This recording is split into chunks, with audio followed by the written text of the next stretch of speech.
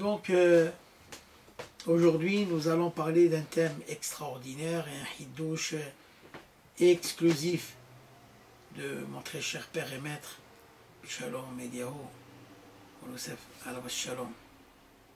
Ba'al Hiddushim ve'am Meshalim, Hacham Beli Sefarim.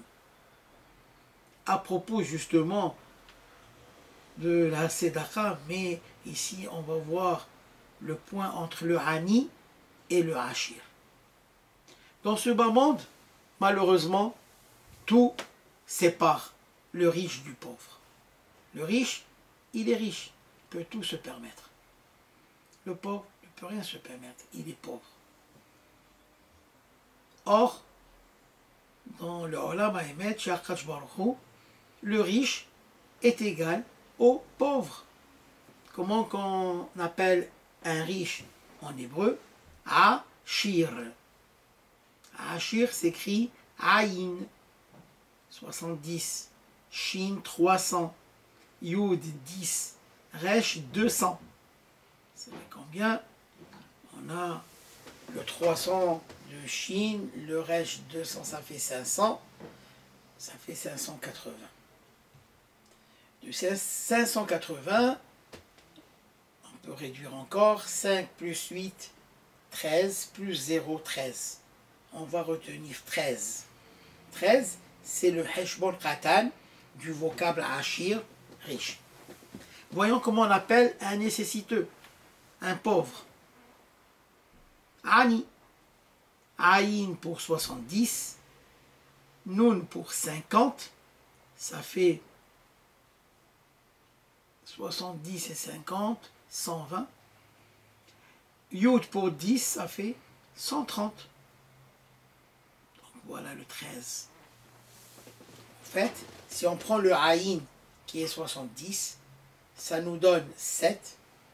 Le Nun qui est 50, ça nous donne 5. Ça fait 12. Le Yud qui est 10 nous donne 1, ça fait 13. Tout comme chez le Hachir. Le Aïn de Hachir c'est 70, ça nous donne 10. Le Shin c'est 300, c'est 30.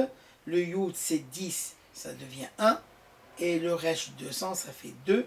La somme c'est 13.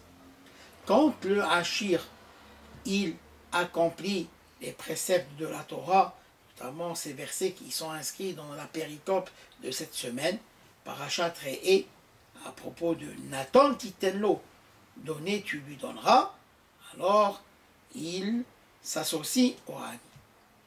Le 13 de Hachir plus le 13 de Hani, ça nous donne la somme de 26. 26, c'est la valeur numérique du tétragramme, les 4 lettres de Hachir. Donc c'est très important. Mais si Hasbe Shalom, le Hachir n'accomplit pas ses préceptes et ne se soucie pas de son frère le Hani, Hachem se retire de lui et il lui retire le Yud, parce que dans Hachir il y a le Yud du tétragramme et dans Hani il y a également le Yud du tétragramme. Et quand Hachem retire son Yud de Hachir, il reste Aser. Il n'a pas voulu faire Aser, il devient Racha. Parce que l'anagramme de Aser, c'est Racha. Le réversible de Aser, c'est Racha. La question est, qui rend service à qui? Est-ce le riche qui rend service au pauvre ou le pauvre qui rend service au riche? On a tendance, à tort, de penser que c'est le riche qui rend service au pauvre. Et mon père Alav Shalom nous démontre le contraire. Pourquoi? Parce que Hani reste toujours à sa valeur numérique de 13, mais le Hachir, s'il manque à son devoir de soutenir le nécessiteux, le pauvre, il perd le Yud et sa valeur numérique n'est que de 12.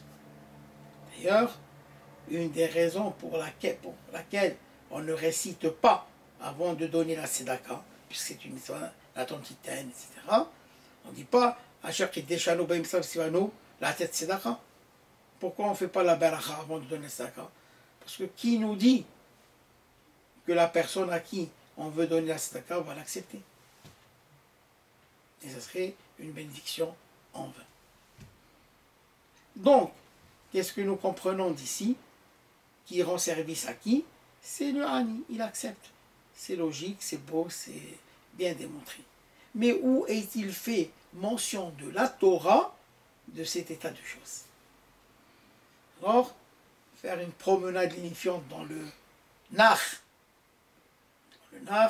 dans le livre de Ruth, Ruth HaMoavia, Ruth la Moabite, qui s'est convertie au judaïsme, et que c'est d'elle que la dynastie du roi David sort et Melech Meshiach Tzidkenu.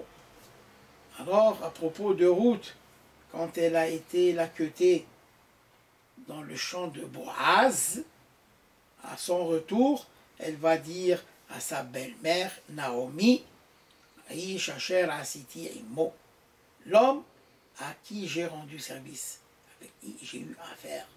Donc, c'est Ruth qui a rendu service à Boaz d'aller laqueter les épis de blé dans son champ. Elle lui a permis de faire cette grande mitzvah.